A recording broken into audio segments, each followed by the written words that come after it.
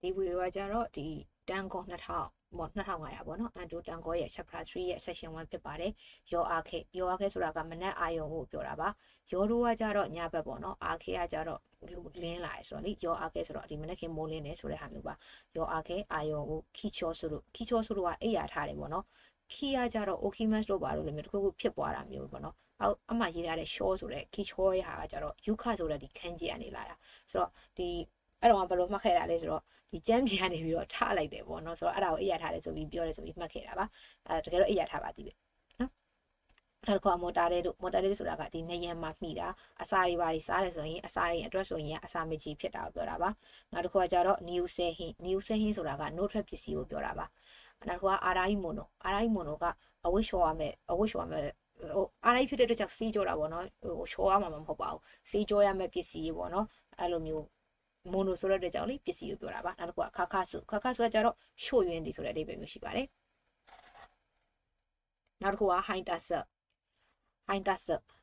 ရဲ့အဓိပ္ပာယ်ကကြတော့သူပစ္စည်းတွေပါတယ်ပို့တာ delivery service တွေပါတယ်ပြောတာပါဟိုမှာယာမာတိုတို့ဘာလို့ ਨੇ ပို့တယ်ဆိုရင်လို့ရှိရင်လေဒါ ဟိုင်တာဆက်လောက်တာပဲပေါ့နော်နောက်တစ်ခုကမီတာရှိဆိုတာကခေါင်းကြီးပိုင်းသတင်းစာတွေပါတယ်မှာမျက်လုံးနဲ့ကြည့်လိုက်တာနဲ့ဖောင်းကနေမြင်ရပြီးတော့လေစလုံးကြီးနဲ့ရေးထားတဲ့ဟာမျိုးတွေဆိုရင်ဒါခေါင်းကြီးပိုင်းဆိုတဲ့အဓိပ္ပာယ်မျိုးရှိပါတယ်နောက်တစ်ခုက east side နာနီနိုင်ဆိုလို့ရှိရင်ကြတော့တစ်စက်၄တောင်မှာပဲအဲ့လိုစိတ်မျိုးမရှိပါဘူးတစ်စက်၄တောင်မှာပဲဘာမှမရှိပါဘူးဆိုတဲ့အဓိပ္ပာယ်မျိုးပြောတာပါနောက်တစ်ခုကအိုင်မဆိုတာကဂျားကာလာကိုပြောတာပါနောက်တစ်ခုကတခိပါခိနာဆိုတာကတွတ်လက်ရှိတယ်ပြီးဆိုရှင်ဆယ်ဆက်တလို့အလုပ်လုပ်တယ်အိမ်ဘိုးကိစ္စတွေကိုဆယ်ဆက်တလို့အလုပ်လုပ်ပြီးတော့အပြင်ထွက်ဖို့ပြင်ဆင်နေဆိုတဲ့ဟာမျိုးပေါ့နော်နောက်တစ်ခုကမဆိုတာကဂျာအရှိန်ကိုပြောတာပါ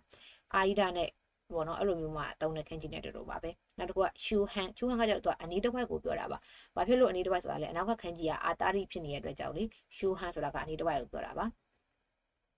နောက်တစ်ခုကကြတော့ရှူအီကကြတော့ပတ်ဝန်းကျင်ကိုပြောတာပါဘာဖြစ်လို့လဲဆိုတော့ဒီအနောက်ကဣခန်းကြီးလေးကိုကြည့်လိုက်ရင်သူကခခိုးမှုဆိုတော့လေဝင်းရံနေဆိုတဲ့အဓိပ္ပာယ်လေးရှိနေဆိုတော့ဒီဘီနာလေးကိုဝင်းရံနေဆိုတော့ဒီပတ်ဝန်းကျင်လေးဆိုတဲ့အဓိပ္ပာယ်မျိုးလေးပြောတာပါနောက်တစ်ခုကအတိုပေါ့နော်အတိုဆိုတာကကြတော့ဒီနောက်ပြီးဆိုတဲ့အဓိပ္ပာယ်မျိုးရှိပါတယ်နောက်တစ်ခုကဆိုရဲရှိကောက်ဆိုတာကဥမာကိုကအဝင်သူကအထွက်လိုမျိုးပေါ့နော်အသွားနဲ့အပြင်အဲ့လိုဘေးကနေဖြတ်သွားပြီးတော့လွဲချော်မှုလေးတွေပြောတာပါနောက်တစ်ခုကဟာအုပ်ဆိုတာက၄ဘက်တွားသွားတယ်ပေါ့နော်ကျမ်းပြမှာ၄ဘက်တွားသွားတယ်ဆိုတာဟာမျိုးပြောတာပါနောက်တစ်ခုကခါအဲတို့ဆိုတာကပြောင်းလဲတာပေါ့နော်ဒီပြောင်းလဲတာကဗမာအများဖြစ်မြင်ရလဲဆိုတော့လေပတ်စံတွေပါပြောင်းတဲ့ခါမျိုးမှာဒါဆိုသုံးတယ်ဥပမာခါဝါဆဲလဲတို့ဘာလို့ဆိုလို့ရှိရင်လေဒီခန်းကြီးလေးနဲ့ပဲသုံးတာများပါတယ်နောက်တစ်ခုကကြတော့အောက်မှာပဲပေါ့နော်ရေးပြထားတဲ့ဟာလေးကခါရဲတို့ဒီခါရဲတို့ကကြတော့သူကလေထုတွေပါတယ်တန့်စင်တဲ့အခါမျိုးမှာသုံးတာပေါ့နော်ခန်းခီဆူရူဆိုတဲ့ဟာမျိုးလေအဲ့ဒီမှာသုံးတဲ့ဒီခါရဲတို့ပေါ့နော်သူကလဲတာပါပ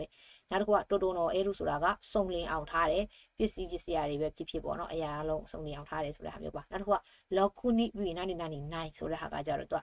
လုံးဝအဲ့ဒီအချိန်တုန်းကကောင်းစွာမဖြစ်ဘာမှမဖြစ်ခဲ့ရဘူးလုံလောက်စွာနိုင်မဘူးဆိုတဲ့အဓိပ္ပာယ်မျိုးရှိပါတယ်ဥပမာလော်ကူနီနေတဲ့ နိုင်ဆိုရင်ကောင်းစွာမအိတ်ခဲ့ရဘူးဆိုတဲ့ဟာမျိုးရှိပါတယ်အခုတော့ကြတော့ဒီ section 2ရောက်သွားပြီပေါ့နော် section 2မှာကြတော့ Mary Hardy ဆိုတာကပြေးလိုက်လွှားလိုက်ဆိုတဲ့အဓိပ္ပာယ်မျိုးရှိပါတယ်ဟိုမနက်ခင်းမိုးလင်းကြလို့ရှိရင်ဒီစာဝတ်နေရေးအတွက်ပြေးလွှားနေရတယ်ဆိုတဲ့ဟာမျိုးပြောတာပါနောက်တစ်ခုကနန်းတို့မို့ဆိုတာကအကြိမ်ဆိုတဲ့အိမ်မျိုးပြောတာပါနောက်တစ်ခုကဟိုးဖို့ဆိုတာကလူနီးပါဟိုးဖို့နာနီကအိုဝါတာဆိုရင်အလုံးနီးပါးကပြီးသွားပြီအဲ့လိုမျိုးပေါ့နော်ဟိုးဖို့ဆိုတာကလူနီးပါဆိုတဲ့အဓိပ္ပာယ်မျိုးပါနောက်တစ်ခုကယော်ရီမီဂျီဆိုတာကတဝေထိုးတာပေါ့နော်ပိုသွားနေတဲ့လမ်းမှာလမ်းကိုဟိုဝင်ဒီထွက်လုပ်တဲ့ဟာမျိုးကိုပြောတာပါဘာဖြစ်လို့ယော်ရီကိုအဲ့လိုမျိုးသုံးတာလဲဆိုတော့လေမှတ်မိမလားတော့မသိဘူးအရှိမတော့တွေးခဲ့ပုံမလားတော့မပြောတတ်ပေမဲ့မိုယောရီအေခီတို့ပါတော့ဗောနော်အနီးဆုံးဘူတာတို့ပါတော့မှဆိုရင်လေဒီယောရီဆိုတဲ့ခန်းကြီးလိုပဲသုံးတာပါပဲနော်နောက်တစ်ခုကချုပ်ခုမို့ဆွဆိုတာကစားစရာကိုပြောတာပါနောက်တစ်ခုကခန်းခီဆိုလို့ပေါ့နော်ခန်းခီကကျတော့ဒါလေးကိုအဝင်ထွက်ကောင်းအောင်လို့လေးလဲဆိုတဲ့ဟာမျိုးပါအရှိမတော့သုံးခဲ့တယ်လေခါအဲရူရဲ့ခန်းကြီးလေးကိုပြန်သုံးထားတာပေါ့နော်နောက်တစ်ခုကကျတော့အီတန်ဆိုတာကတစ်ချိန်ပေါ့နော်တစ်ချိန်အိမ်ကိုဝင်ပြီးတော့မှအိမ်ကနေပြီးတော့မှနောက်တစ်ခေါက်အပြင်ပြန်ထွက်တယ်ဆိုတဲ့ဟာမျိုးမှာသုံးတာပါနောက်တစ်ခုကကြတော့မိုနိုဟိုရှိဆိုတာကပစ္စည်းတွေကိုအချောက်ခံတာကိုပြောတာပါဟိုရှိမိုနိုဆိုရင်ကျတော့ငါ6တွေပါဖြစ်သွားတယ်နောက်တစ်ခုကကြတော့ရှော့ခုတက်ခုပေါ့နော်ရှော့ခုဆိုတော့ကတာဘဲမက်ခန်းကြီးနေပြတဲ့အတွက်ကြောင့်စားတာပေါ့နော်ဒါထမင်းစားစပွဲကိုပြောတာပါဥပမာစားတောက်ဆိုင်တွေမှာဆိုလို့ရှိရင်လေတက်ခုဖန်းဆိုလို့ရှိရင်ဒါတော့ဒီခုံနံပါတ်တွေပေါ့နော်စားတောက်စပွဲရဲ့နံပါတ်တွေကိုပြောတာမျိုးပါနော်နောက်တစ်ခုကအတိုမာဝါရှိဆိုတာကနောက်မှပဲလုံမယ်ပေါ့ အခုတော့မလုပ်သေးဘူးဆိုတဲ့ဟာမျိုးပါနောက်တစ်ခုကခဲဆူဆိုတာက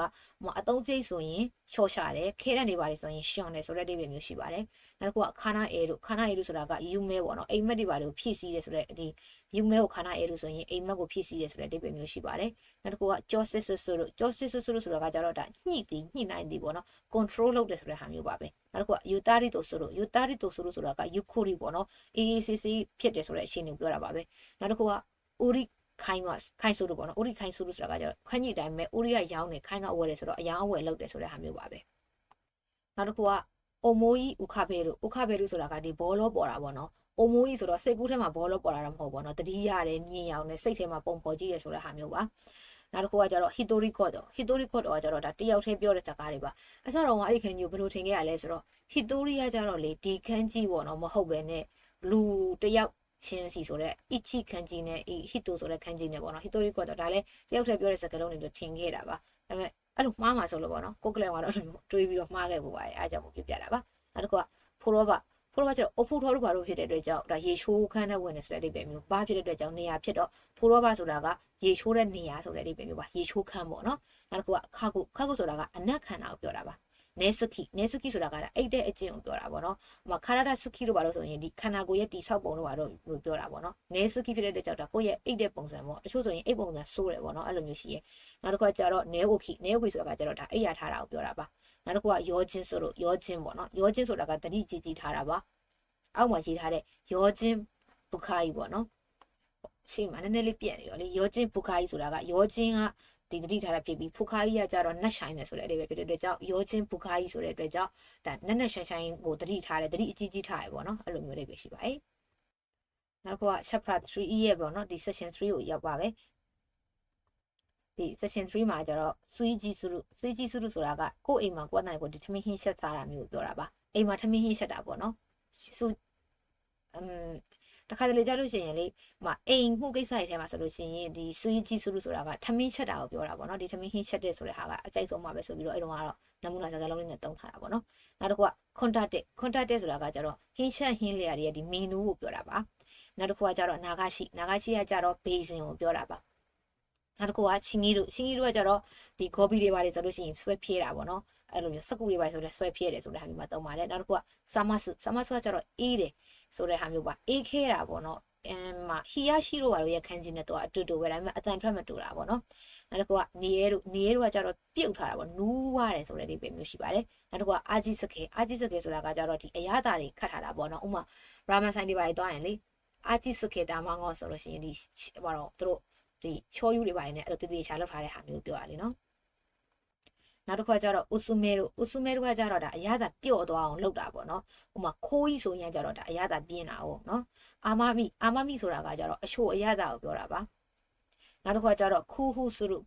ဆိုတာကကျတော့တခုခုကိုတီထွင်နဲ့ဖန်တီးတဲ့ကြံစရယ်ပေါ့နော်အဲ့လိုမျိုးပါဒါဆိုရင်ဟင်းချက်နေကိုတီထွင်တယ်လို့သုံးလို့ရတယ်လေနော်နောက်တစ်ခါဆွဲရုဆိုတာကကျတော့အယောင်စိုးတယ်ဆိုတဲ့အဓိပ္ပာယ်လည်းရှိတယ်လို့ပစ္စည်းတစ်ခုတွဲဖက်တယ်ဆိုတဲ့ဟာမျိုးလည်းရှိပါတယ်နောက်တစ်ခုကဟာ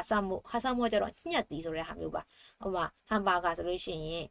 အရွက်ကိုညှက်စားတယ်လို့ဟမ်ဘာဂူကိုညှက်စားတယ်လို့ပေါ့နော်အဲ့လိုမျိုးပါနောက်တစ်ခုကခါကန်ဆိုလို့ဆိုတာကအတိုးအချော့လောက်တာ哦အဲ့ဆိုအရှိရခါကကြတော့ခိုဝအေရုဆိုတဲ့ဒီထပ်ပေါင်းတယ်ဆိုတဲ့ဟာအနောက်ကဂန်ကကြတော့hair ရှိမဆို hair ဆိုတော့ရဲ့အခန်းကြီးဖြစ်တဲ့အတွက်ကြောင့်ဒါရော့ကြရဲဆိုတဲ့ဟာမျိုးနှစ်ခုပေါင်းလိုက်တော့အတိုးအလျှော့လောက်တယ်ဆိုတဲ့ဟာမျိုးပါနောက်တစ်ခုကခါတာမတို့ကခဲသည်ဆိုတဲ့အဓိပ္ပာယ်မျိုးပါနာမဲတို့ကကြတော့ဒါတကြားလုံးလေးပါဆိုရင်ရက်တာမျိုးပြောတာပါနောက်တစ်ခုကကြတော့ခုဆိုင်ဆိုတာကနန်သည်ဆိုတဲ့အဓိပ္ပာယ်မျိုးပါအနက်မကောင်းလေနောက်တစ်ခုကဆာမဲတို့ကကြတော့ဒီဟာကြတော့အေးခံတာပါနောက်တစ်ခုကယော